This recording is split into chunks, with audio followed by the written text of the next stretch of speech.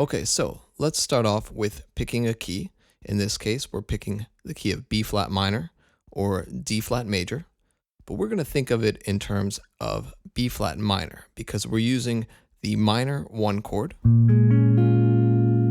the 4 chord, which is also minor, and the 5 chord, which is also minor. So I'm going to think of it in terms as B flat minor. That's going to be our key.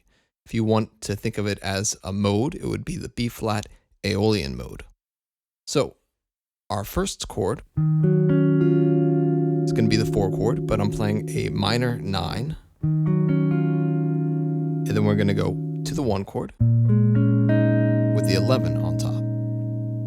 And then after that, we go to the 5 chord, which is a typical F minor 7th, and then back to the 1 chord.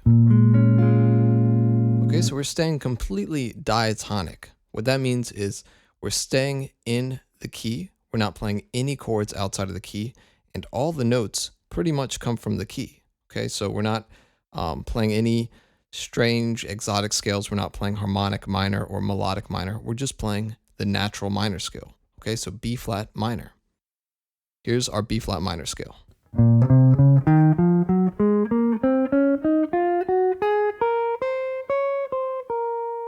Okay, now you can think of it in terms of modes if you want, but really it's just the B flat minor scale or the D flat major scale.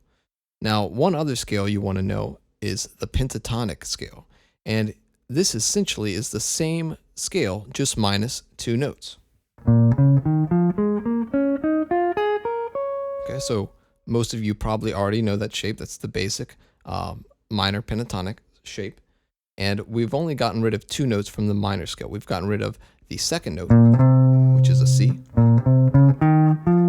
and the 6th note, which is this F sharp or G flat. Okay, so most of our melody and our chords are going to be coming from the natural minor scale or the pentatonic scale.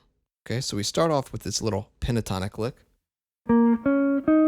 And then we're going to slide into, now that's just part of the E flat minor, or the E flat minor 9. Okay, so this next part, I'm only playing these 3 notes, but it comes from that bigger B flat minor 11th chord.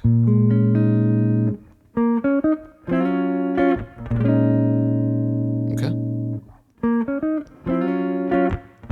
Now you also want to slide into these chords to really get that smooth jazz feel. All right, so our next chord is going to be the 5 chord, which is the F minor, and we're going to add a note to it to make it basically an F minor 11th. Now this again all comes from the scale. We're not going outside of the key at all. Okay, right there we're getting back to our B flat minor chord. You can just play 3 notes. You don't have to play the root because there is a bass playing that root. Again, try to slide into those chords whenever you can. It gives it a really nice, smooth jazz feel. So we've got so far.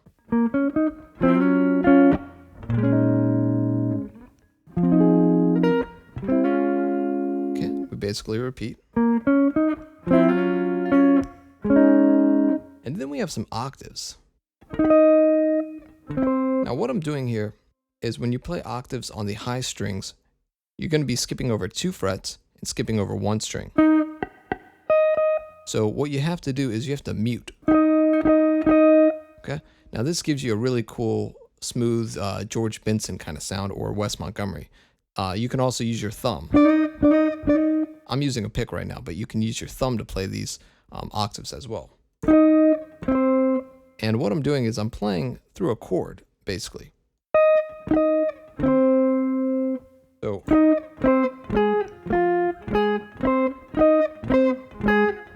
it's all in thirds. And I'm also kind of thinking of the pentatonic scale whenever I'm doing this. So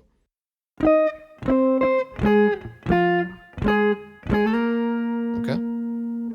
So after our little octave segment, we're going to repeat.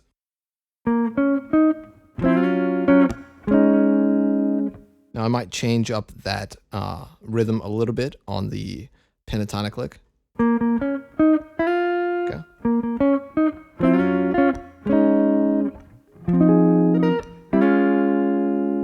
Now at the very end, what we're going to do is we're going to play thirds.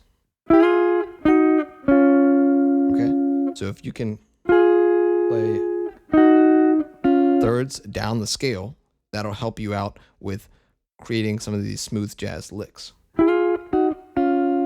Again, same scale, all B flat minor or D flat major. Okay, so in smooth jazz, it's really about the rhythm. It's not really about playing anything that goes too far out of the key or playing bebop lines or anything like that. It's really a lot of pentatonic scales, a lot of octaves in thirds or even fourths as well, and just using some of these techniques like sliding into them, or also using your thumb if you want to get that George Benson sound. So you can use your thumb for that as well. Okay, so if you just remember those kind of three key things: diatonic chords, octaves, and thirds, you'll get a pretty legitimate smooth jazz sound if you're just using those three different things.